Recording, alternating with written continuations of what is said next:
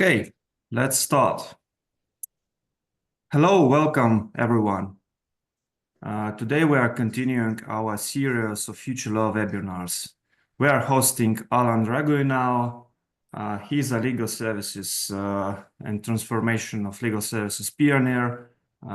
He was launched consulting business with Dentons and now is running his own venture. Also, we have Tiffany Bent, IT governance officer from Six Group, and a great specialist with experience from finance organizations and different other infrastructures responsible for different great services of the market. Please welcome, big applause, and the floor is yours. Thank you so much, Valentin, for the introduction. In a nutshell, I hope that today we can discuss and share our experience and maybe welcome your questions when it regards digitalization. On a personal level, maybe one interesting addition on my side is regarding the background. I studied artificial intelligence, data science, and law in parallel. And that's what I try to bring in this conversation. I'll try to bring those technological aspects and how it impacts the daily work of being at the frontier between translation of the law, integration of the law in a technological environment such as financial infrastructure. Amazing. So, and it's great to be partnering with Tiffany. So we are both speaking to you guys from Zurich, Switzerland, and maybe you can hear from our accent. We are coming from France, but and on my side, disclosure. So I've been outside France for many years, so I feel more Swiss than French actually. And so to build on the topic today, which is relating to digital transformation, and I cannot stress enough about it's not about legal tech, it's not about legal ops, it's about transformation. And I've been going through many transformation in my professional life. I did Big Four many years ago, then big law firms, and then I spent like close to 20 years in-house in big companies like Nestle, Kraft Foods, Mondelez International, and then as Valentin was explaining, I've been helping Dentons building their legal ops business line, and now I've got my own company, and it's not about me. I'm just trying to frame, together with Tiffany, what we'll be talking about, which is transformation, and what I see every day and what I've seen in many organizations of the past 4 years, and when I was in-house for many years, we are lawyers by background, and we love the law, and it's super difficult, to really open up and consider that, there are things, outside the law, and it's great to be partnering with Tiffany because you could hear Tiffany has an amazing background. She's not only a lawyer; she also studied technology, and maybe a way to start, Tiffany, from an individual standpoint, when you look at transformation, could you tell us, how you see things and what has been your experience, and especially in your current role? Yeah, my role is deeply embedded in transformation. So as IT governance officer, my role is to translate incoming regulations, principally a regulation focused on digital topics or technology which impact the business, and to ensure that these legal requirements are translated into technical requirements. This means always harmonizing, and this is where I would use more my legal analysis skills, and then communicating this down with the business, negotiating with the technical teams, how it impacts them, what they can, what they cannot do, and as such, adapt the architecture of the enterprise. So I'm doing transformation every day, and from my point of view, transformation is mostly about a dialogue and resolving conflicts, because essentially when you transform, an organization, you move something. You might make some person less comfortable, more comfortable. You're changing and disrupting their environment of work, and sometimes it can even have consequences on a personal level, in how much stress they can absorb at once, because transformation can be stressful, and how they understand what is required from them. And this is what communication is so vital here. And I think, Alan, you've been working on new ways of communicating between experts, right, to facilitate those type of change. Maybe you can say a few words about those strategies that you've put in place. No, a pleasure. And you're right, communication is maybe the elephant in the room, because it's about human being, and especially in an international setup. So the client and the organization I'm dealing with are mostly big companies, global companies with legal teams scattered in many different countries. And the language that we use to communicate is English. That may sound obvious, but what we need to understand is actually it's not our mother tongue. And when you use one word, this word may be understood in different ways. And that, again, may sound super basic, but when I was leading large teams, that was one of the really basic foundational elements, going back to communication, was to have a common language. And starting from English versus Russian before the crisis we know today, or Turkish or English, and then you can have the nuances between English and American English or Australian English. So that's one layer. Yeah. If I can jump in, I would say, in my experience, you can never assume consensus. If you think everybody in the room agrees and you go with it, without really giving a chance for someone to disagree, you might take with you a lot of misunderstanding or misalignment. So never, ever assume consensus. And that's one thing I learned, let's say. And one way to resolve that is, if you want to make it visible that maybe you haven't achieved consensus yet, is you need to draw. You need to really, sometimes explicitly speaking is not enough. You need to put it on a doodle, put it on a paper, make sure everybody can tune into this drawing, add their vision, and normally it should appear. Yeah. Those misalignments should by themselves become visible. And you are making a great point, Tiffany, and I love it, because I'm a lawyer, but I think I made a mistake. Because between words and drawings, I definitely much prefer drawing, and I should have chosen architect and not to be a lawyer. And you are so right. So to visualize things, and this goes back again, to the individual contributor aspect of the equation, is very, very, very important. And to find a way then to do those drawings, with a team which may not be in the same location, can be challenging, but that's where then technology can help. I will not mention any name of technology, but you can use like digital whiteboards, and then you can invite every team members to share how they see things, and to unfold misunderstanding. But however, we are lawyers and we like words. So one very small tips that I see working very well is to develop what I call a taxonomy. So in the same way as when you look at the law, if you take a contract, you will have some definitions to make sure, okay, when I use this word, that's what I mean. And this is something that can be very powerful when we speak about transformation. It's about ways of working, what your legal team is doing. And when I look at most of the organization I've been dealing with, if you ask, do you have a taxonomy describing what your legal team is doing? Very simple question. So is it like an internal vocabulary, that the unique language of the company? Is Correct. That okay? Correct. Like imagine a law firm. So I know, Valentine, you have amazing experience, in the law firm world. So you have the practice group. You go to any website of any law firms. They will tell you, okay, those are my practice groups, those are my industry sectors.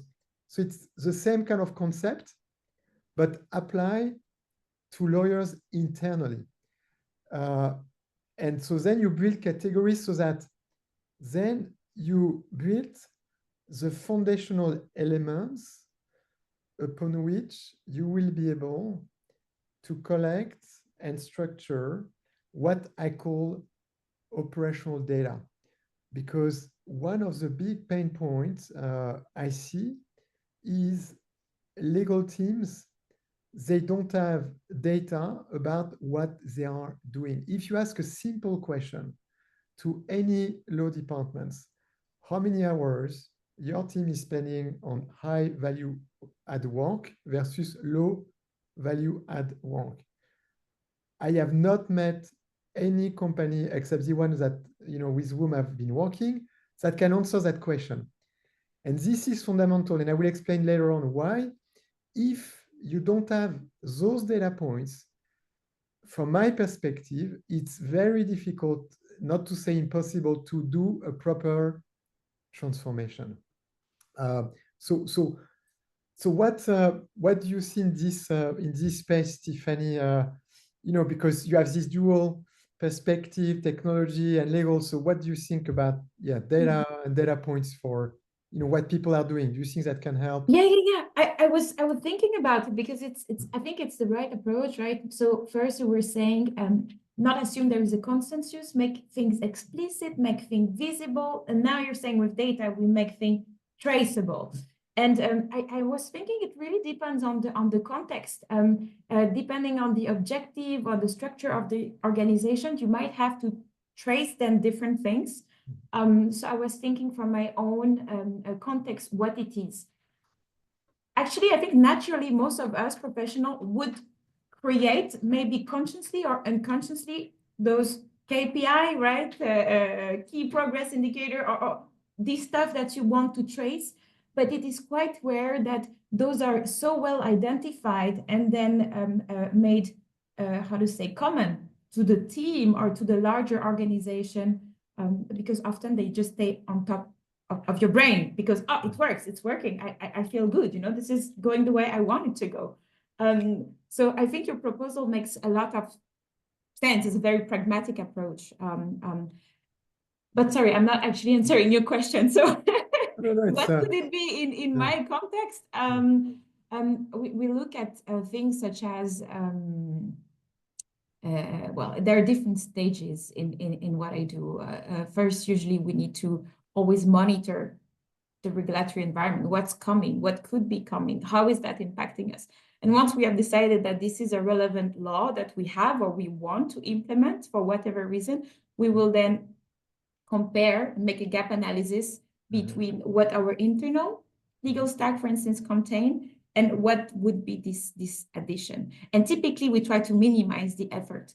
We try to minimize the cost, because by changing one comma in an internal regulation, I might impact the work of thousands of engineers. And suddenly all these engineers, all those teams have to do extra steps, extra documentation, extra testing. So we really have to be responsible and understand upfront what is the impact and how we can minimize it. So for me, this would be, for instance, a key progress or success indicator is, am I doing enough, but am I doing the minimum of what has to be done so that I don't disrupt the organization too much? And I think this is true for any sort of transformation. So again, it depends. In my case, transformation means absorbing regulation, transforming processes downflow or responsibilities of people downflow. In your case, when you transform and you digitalize a legal department, I assume it's about maybe having more complete information that before was not visible again. Maybe you benchmark it with internal experts. So I would select some of these key humans, these key people in-house that have the best overview of what should be done or should be known, and check whether the amount of documents you're digitalizing or the processes are matching their expectation. Is that something you would do, Alain, as well, to use those guys to strengthen your KPI? I hear two main elements in what you have just said, Tiffany. So one, law departments, and you were speaking about your world, the fact that you need to measure the impact on engineers. So I think it's amazing, and I will go back to that second aspect down the road, which is more like what I call business legal data intelligence. But let's park it for a moment. So just to come back on transformation and who is involved in transformation. Very simple question again. And I see many times law departments saying, okay, I'm a lawyer. And, I believe that technology will magically help me solve all my issues and only my issues as a lawyer. Well, if I have a step back, actually, you are a lawyer in a big organization. So and for me, that's one of the fundamental differences between to be in private practice in a big law firm and to be in-house. When you are in-house, you are part of an organization whose primary activity is not to sell legal stuff, but it's to sell services or products, you name it. And that's why then when you look at transformation, it's not only about the legal team, but it's the legal team in interaction with the rest of the organization. The whole context. And this may sound super obvious, but I can tell you a story, and I look at it with a lot of with a smile, and again, I'm always my goal in life is to help people. And in what I'm doing, then there is always an aspect about what I call business processes. And in one project, that's what I was suggesting, like, we'll need to look at the business processes and what American guys call SOP, standard operating procedure. And the reaction in the room was, what? Why do we need that? We are lawyers. Why should we spend time while we are already suffering so much, working day and night, to look at the processes of the business guys? And actually, this is what is fundamental. Because then when you do this type of exercise, so now I'm looking at, when you do it, it's magic happens because very often you have what we call informal processes, which exist, simply they are not documented. But to do that is one way to get closer to your business stakeholder beyond the law or the regulatory or the risk. And it is also about, co-designing the ways of working with your business stakeholder. Is that the best way? What I call, the concept of co-ownership. And that's why, when I listen to you, Tiffany, and what you are doing with the engineers, for me, it's fantastic. It's best in class. And then I will be really curious, to understand. So you spoke about regulations. Yes. Can you explain? I'm very curious. That's always a pain point. How do you identify, the relevant regulations for your own area of responsibility? I mean, because, I guess you are dealing with many countries. So just to keep abreast of those new regulations, and we hear the word tsunami of regulation, can be quite tricky. Yeah, you're completely right. I mean, the first thing is there is how we do it already, right? The standing organization, and there is always how we could improve. And on that side, I would have a lot to say because I see a lot of application coming from legal tech, focusing on exactly that, on broadening this huge amount of regulation popping every day and anticipating on the impact of organizations. So like almost anything. And this is because I have this background in algorithm development. You try to rationalize this type of problem. You try to break them down to the scale where this should be automatable, whether you like it or not. We always try. This is almost like an impulse. It's like, oh, I have a problem now. Let me see if I can code an algorithm that solves it for me. And I see coming up, I don't want to mention names, but I know the providers on the market looking exactly at automatizing that question, that challenge that you mentioned, Alan. Yeah. However, so far, how we do it is mostly relying on our internal experts and based on the geographic activities of the company internationally, we anticipate that, okay, well, we have to be compliant with this jurisdiction and this jurisdiction. Now, when it comes to harmonization and minimizing effort, what we aim at doing is identifying overlaps or similarities across those different regulations and essentially implementing one action, the one gesture that the engineer would have to do that actually complies with the maximum of them. And this is how we minimize effort. And this is why this interpretation step is so important, because even when I have identified a few laws, and this has been, let's say, synced with the legal department, the reason why I am located in the IT department and why my role is called IT governance officer is because, unlike a traditional legal person, I am aware of the pain downflow. So I will take that into account when I do my interpretation. I'll say, okay, that's the legal target, but what does it mean for us? And I anticipate and I sync with the team downflow to say, okay, guys, now that's the challenge, let's say. But to your point, since the regulation are always evolving, we try to anticipate. So we make, let's say, we try to anticipate where the regulations are going or where the governments could be going, and therefore there is also a bit of lobbying involved because the law is something that we shape, that is being shaped, at least in most democratic governments, not only by the representative or the governing bodies, but also by the industry. So as an industry, we have a dialogue with regulators and government bodies to say, oh, okay, this is affecting us in this way, in this way. If you want to support us because you think, for example, financial industry is an important industry for Switzerland, here is what you can do. and we have this dialogue.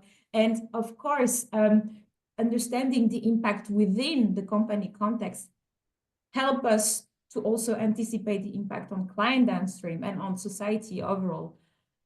So really, Alan, when I think of my job, it's thinking. Yeah.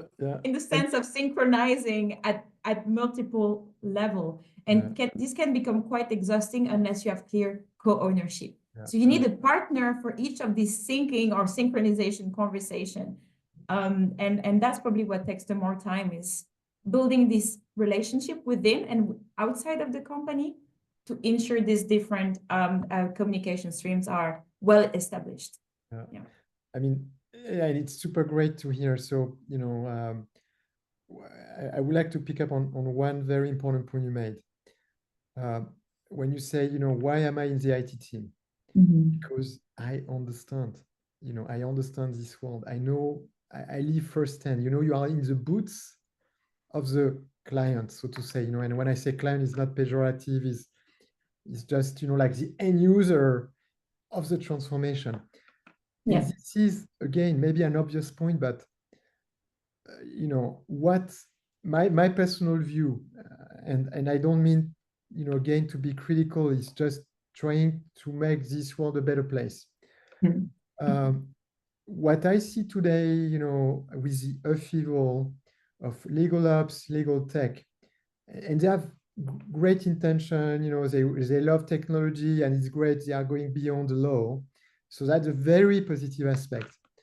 However, what I see is, many so-called legal ops or legal tech who are actually disconnected from the ground. And it's not really a blame because, then they want to move things forward, they want to transform, they want to implement, technology. The challenge for them is when they speak to the people on the ground, the lawyers, they are firefighting all the time. They don't have the time. And then they don't really know their reality. I see like so many consultants, I look at their CV and I ask myself, okay, how many years have you spent in the shoes of your clients? Very often it's 0 or a few years. And for me, that's the challenge, back to your point, Tiffany, which is, the best people to drive transformation are the one who has been living firsthand in the trenches. So that's for, like, I would say the change agents like us, Tiffany. But then I would like to go back to, the great point you put when we're preparing this webinar, which is going back to people, contributors. So, now we spoke about change agent, we spoke about legal ops, we spoke about legal tech.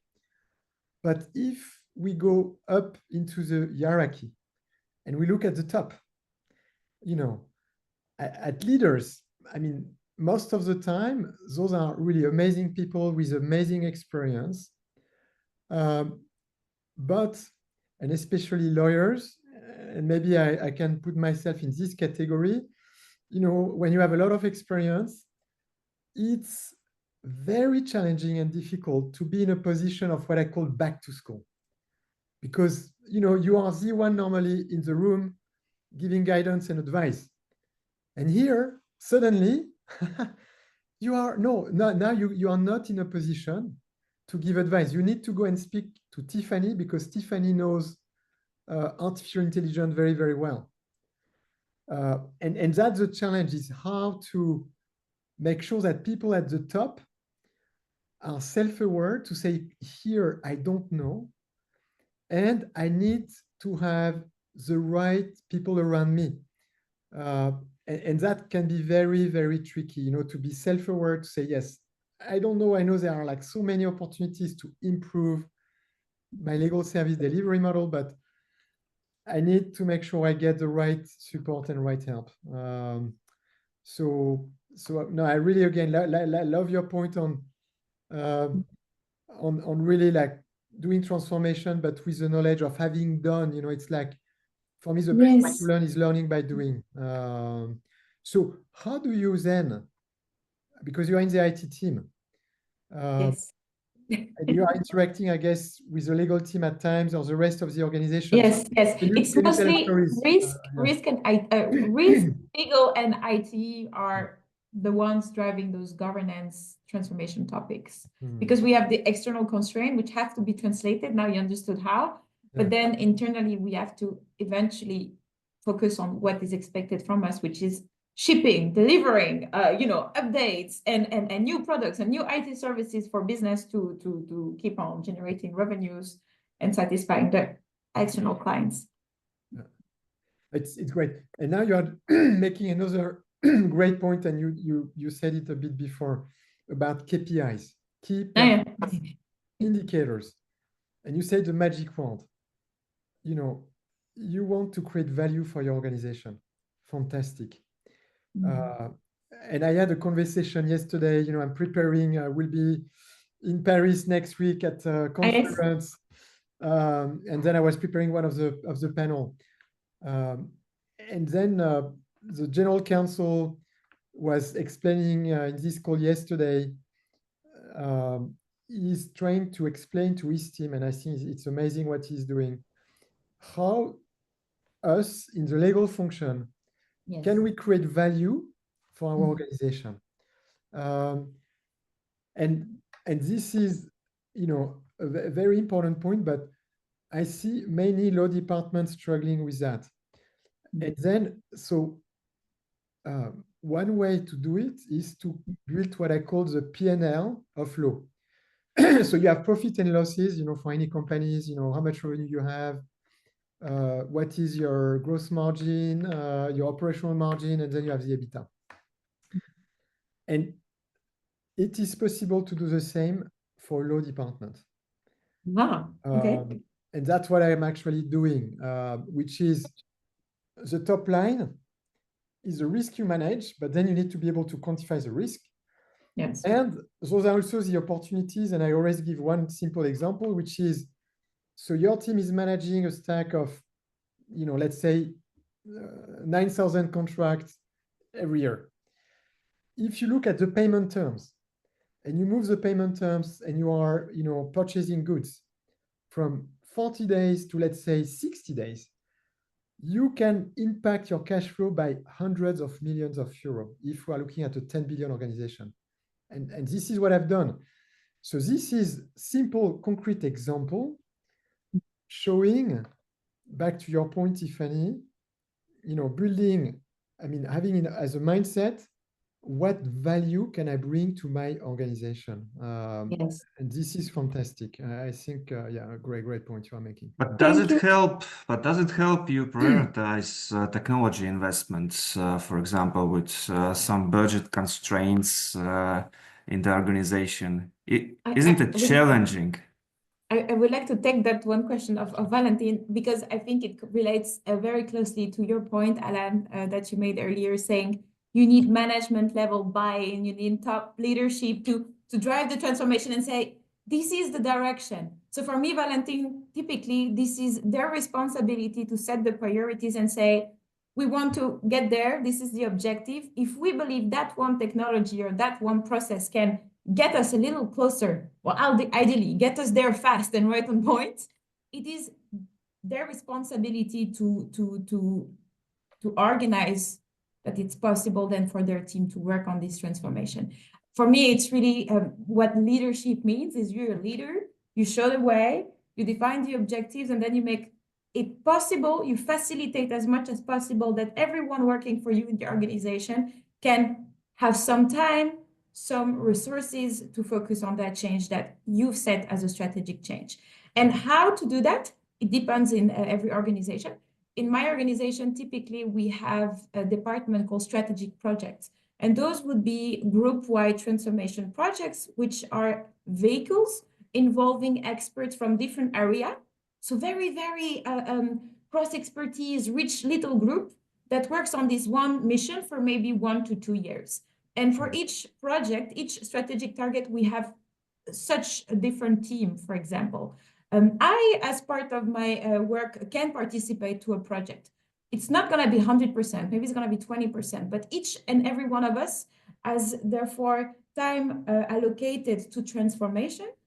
And as you understood, the rest of my job is also transformation, but in a different context. We have inline transformation and we have project-based transformation. And that's one way organization can create the opportunity, like you said, Valentin, to prioritize and invest rapidly and be more agile. Well, I don't want to start a controversy by using this word now, but Yes, you're talking about engagement of all the team, all the members, and especially leaders into the digital transformation process. But isn't it challenging us from time to time? For example, how do you overcome internal resistance to digital transformation?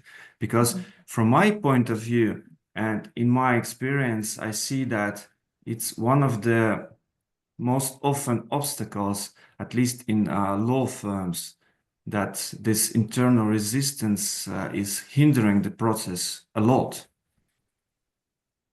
Well, on that, I couldn't agree more. But Alan, I think you have a personal experience in that field as well. So, and Valentin is raising great topics. And maybe, when you speak, Valentin, about internal resistance, we can look at it from a private practice perspective, and I spent quite a few years in those places, and from more like organization perspective. So when I look at law firms, and I will make a joke. So, I spent 4 years in a big firm, and I did my best to try to grow this business around optimization of the legal service delivery model. It has been a really a struggle. And then I had some very nice guys around me saying, look, Alan, we like you very much, but do you realize where you are? You are in a room full of millionaires. So if I make millions every year, what is my incentive to change? And I don't blame them, and I will go back to the human being element, and I'm one of them. We are lazy. I mean, if you can make money a certain way and to change is super painful, of course, you're not going to go through the way where there is pain and uncertainty. You will continue the way that, has been working super well until now. Yes, it's very difficult to convince a millionaire that he or she has to change. it's incredibly difficult. It's a challenge. Yeah. And this is for private practice. So now if we look, at big organization, they have another challenge. Their challenge is that they don't have money. Most of the time, they don't have money. They are cornered as a cost center in a very large majority of organizations. And transformation is very expensive. And here again, we go to the level of maturity of people. And, and I was in a conference a few weeks ago in Zurich, and you had a panel, saying about legal technology and, you should do this, you should do that. And then I asked, so help me understand, what should be a good, a budget that you need to do digital transformation? No answer. No answer whatsoever. And it really shows that, and again, it's not a critic. You don't know what you don't know. Just be aware and then surround yourself with the right level of expertise to articulate a budget. But just to give you a sense, and back to what you were saying, Tiffany, when you explain change and, like strategic team inside of a big organization. And this is what I've seen as well. You have normally in best-in-class organization, people who are managing strategy and change. It's a real job. And I have a very close friend in Zurich who is an expert in this field, Christian Sirboyou, and I say hi.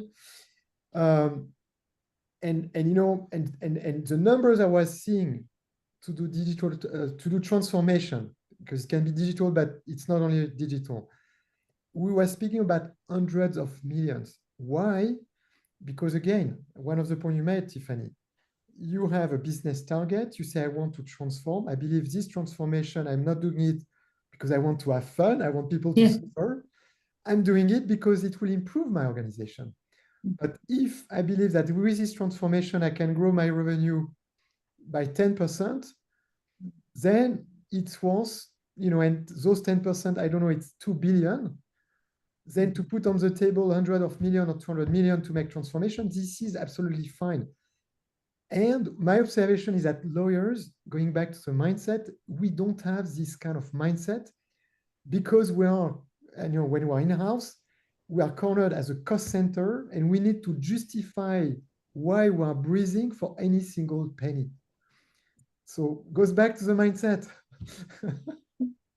Yeah, I think one way to also look at the question of Valentine, what causes internal resistance is you have to be aware that whenever you change something, again, those changes have impacts. It will favorize some areas of the company, and maybe you will actually cut opportunities for other people because you're changing. And those people will resist. Those people will fight. They don't want to be redundant. They want to be used.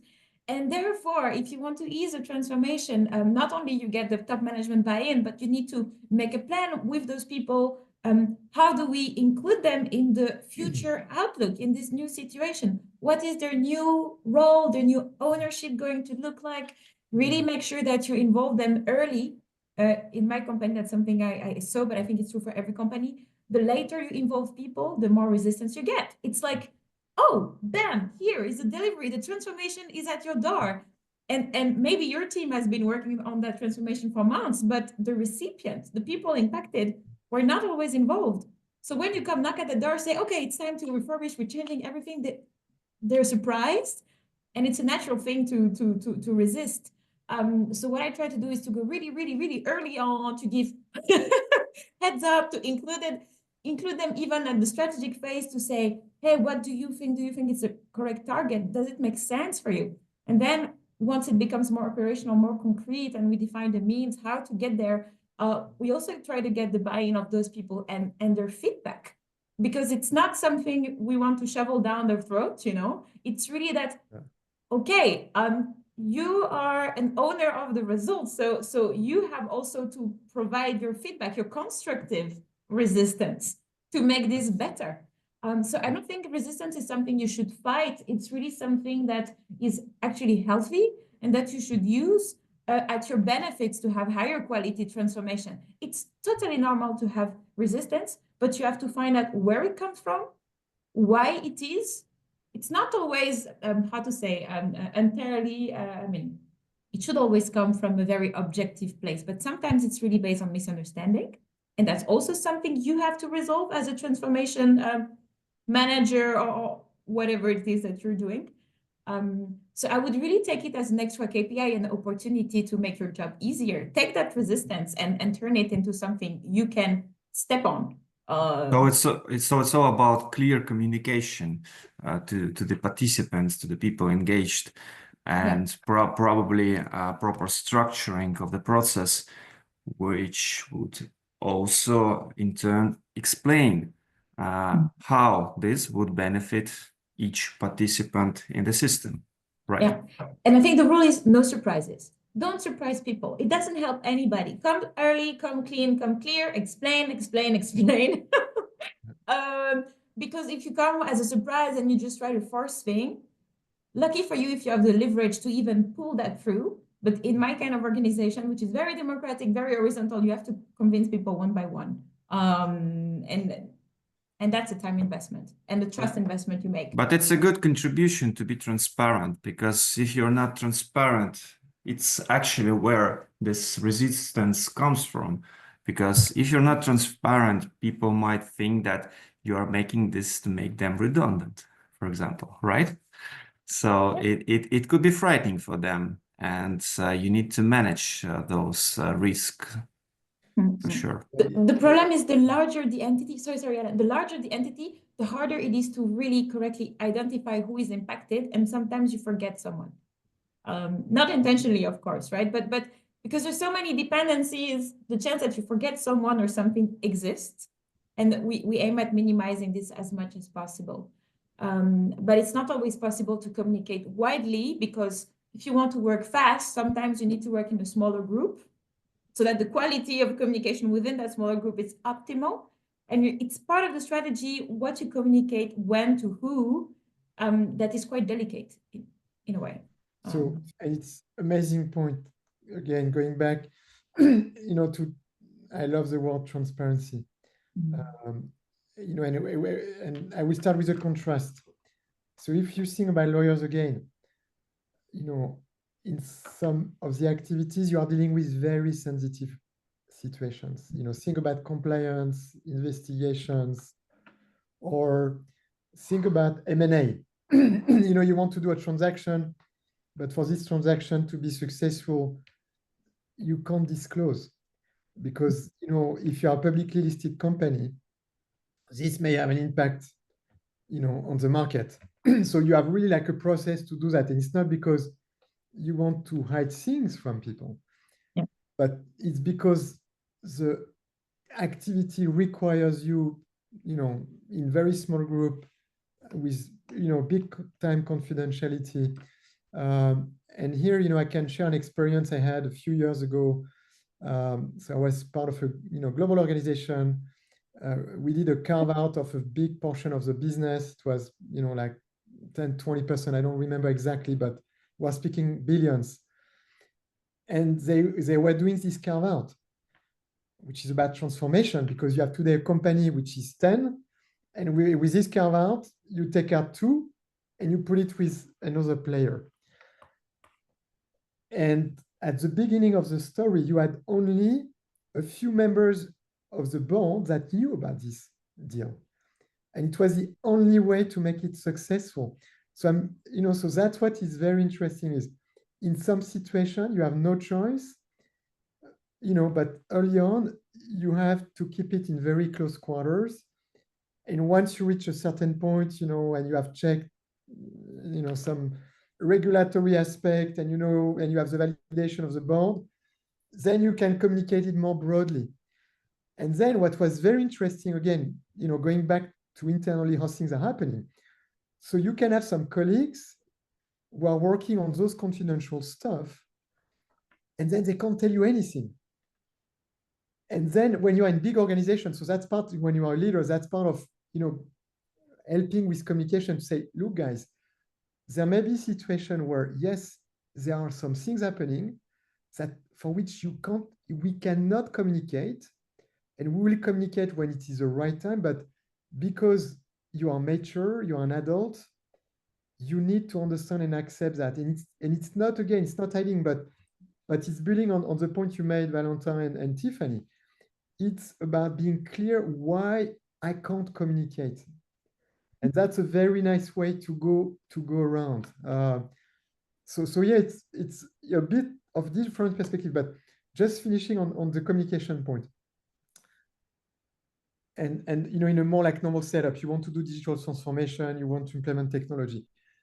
What I see not working is you have, you know, a legal ops team somewhere, you know, like at headquarter level, and then they build some amazing plan, but you know, and it's not a critique again, because you know, big organization where you have a footprint in 100 countries, it's very difficult to communicate. So then it's really reinforcing your point, Tiffany, about at least you should think about it to say, okay, I've got this plan. How do I make sure that I involve the right people at the right time? And this goes back to this transformation expertise. So my friend Christian, that's what he was doing. And he taught me this very simple tool. He told me, Alan, what you need to do is to do a stakeholder mapping to say, for this project to be successful, who in my organization I need to bring on board at what point in time. And then on the communication piece, your communication will not be exactly the same if you speak to a board member or if you speak to a team at country level. So I think that's why it's amazing. It's again a super great point about, you know, barriers to transformation. Yeah. Yeah, and exactly what you said. I mean, crafting the message at the right level for the right audience is sometimes challenging, because in transformation, usually, no matter how much planning you do, there will be surprises to yourself, you know, because it never works 100% as planned. And therefore, to have this message and shape people's expectation with an imperfect plan is maybe the challenge. So if you can agree really on the target, that's already very good. If you can explain the target and break it down across those levels, and everybody at their own level understand their ownership on that common target, it's fantastic. And then for me, it's about long-term trust, because there's never going to be only one transformation on one project, and you're building trust capital. Betray somebody once, well, next time you're in for a lot more resistance. So yes. Really make sure that you have this consistent way of communicating and approaching it. And I think over time, the organization becomes more acceptant of change, because they just trust it more. There is less pain. So next time you come with an ambitious project, they're gonna be like, okay, yeah, let's go for another ride. So, but that takes time, yeah. And this then, you know, because you know everything we have been speaking about until now. In how much did we speak about law? Maybe 10% regulatory, you know.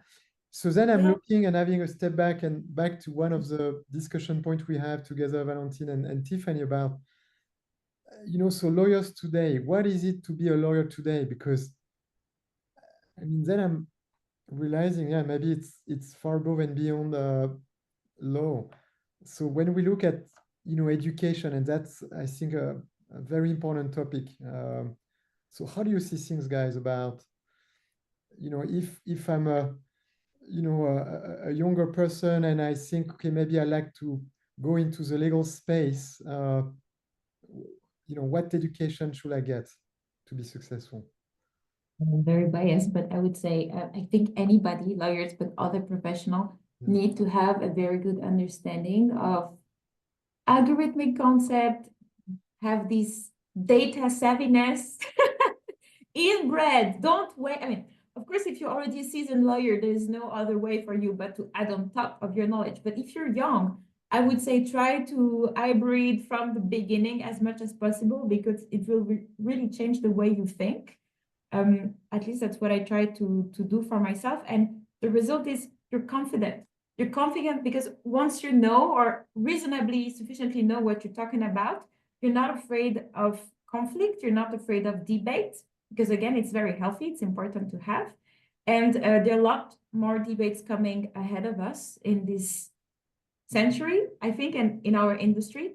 Yeah. So if you're scared of something, if you have fear that you don't understand, like you said, Alan, go back to school. It's okay, but you need to act on it. You actively need to accept that you don't know so much or not sufficiently to have that confidence. So back to school, learn, get those skills. I don't think it's so much about using the tools. It's ideally really about understanding even how the tool is built, because once you know that, you can build the next tool for yourself, and you can much better evaluate, whether it's something you actually want to buy or what it could mean in the long term. That's my take on this. Yeah. So That's really great points, indeed. But what I would add, definitely, that we need to foster entrepreneurship among lawyers. If you are a person who is, let's say, savvy in business operations, is business processes, and you understand how business evolves, then you will be more open to digital transformation. You will be more flexible. You will be less reluctant to different challenges that are happening in the legal industry. And that's what we should first of all do with all our next generations, because lawyers need to be more entrepreneurs. Nowadays, it's much less relevant for some other industries that are quite advanced in tech development. And for lawyers, it's so much actual, and we need to foster it more and more, over and over.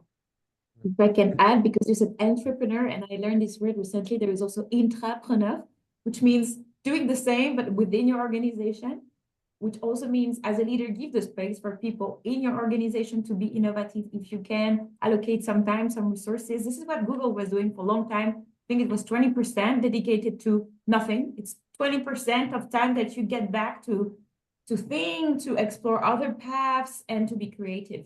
Because I believe there is a high creative component to being an entrepreneur, right, Valentin? It is rather about being a business person as well, in addition to being a lawyer, to be able to navigate organizational structure.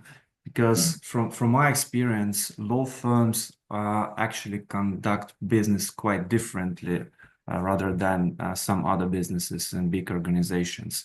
They are more partnerships.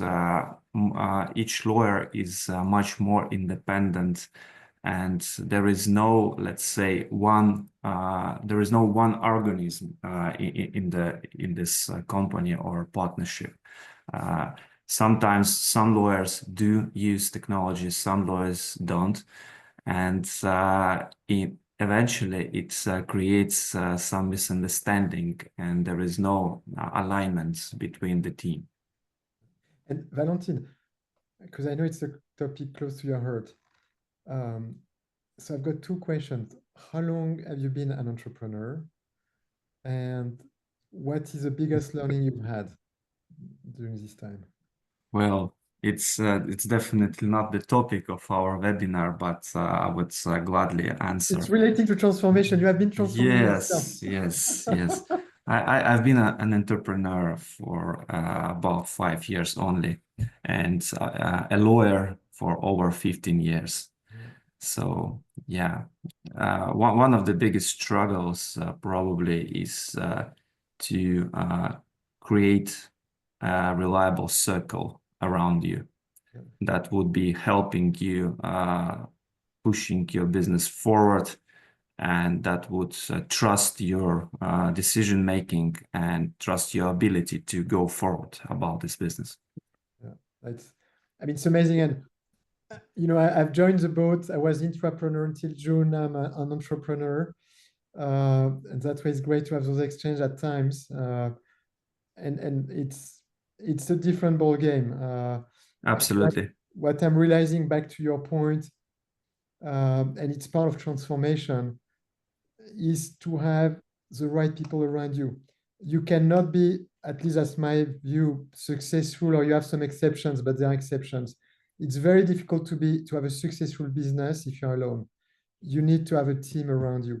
And to choose the right guys is fundamental. And I will see it equally relevant, when you are doing transformation in-house, in big organization or in law firms, is to know, who you can rely on and who will be the early adopters.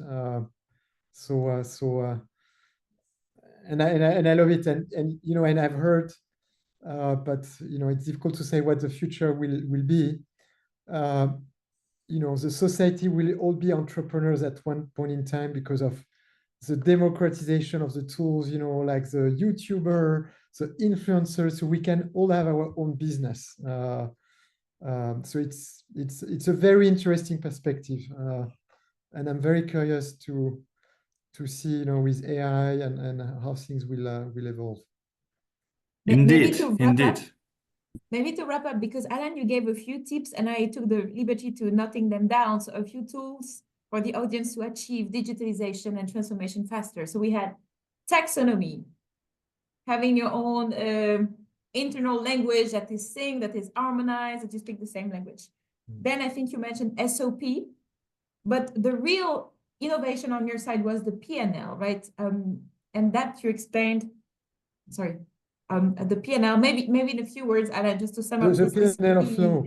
So it's basically build your profit and loss in the legal function, starting from revenue, bottom line, and then you show that you're improving your PNL year on year, and that's how you can get budget. And we could only scratch the surface and happy I know. follow-ups. But I love the summary. And no, I also have the stakeholder mapping, which honestly I do naturally and I use every day, but I think it's great to have it as a concept. Map your stakeholders, whether it's for transformation, whether it's to build your entrepreneurial projects, find your people. And those would be, at least in terms of tooling, like conceptual tooling, my 3 takeaway from you today. Alan. It's great. and for me, what I loved, and your approach with the engineers is absolutely mind-blowing, because it's not only like putting yourself in the shoes of people who are doing something very well. It's you are doing in 2 disciplines, so it's super. It's great. It's fantastic, and this connection between understanding what regulation is coming and what impact it will have on your organization and on people within your organization is super, super powerful. Maybe I think one of the messages I would like the audience to take away from me was maybe no surprises and come early, engage early with your stakeholders. Don't be afraid to have the tough discussion and never assume consensus. Really, make sure you don't go with those. And things become really simple if you actually want to embrace the change and you have courage to take action. Then it will be done. It will be done, and that's it. Okay, if anyone has any questions, please ask. If not, then we will end up this great discussion. That will be followed by more great discussions featuring future law speakers, leading to the main event in May 2025, next year. So thank you very much. Thank you, Tiffany. Thank you, Alan. It was absolutely amazing. Great input, great contributions. Thank you very much. And see you soon. Thank you, Valentin. Thank you, Tiffany. Thank you, everyone. Take care. Okay. Bye. Bye.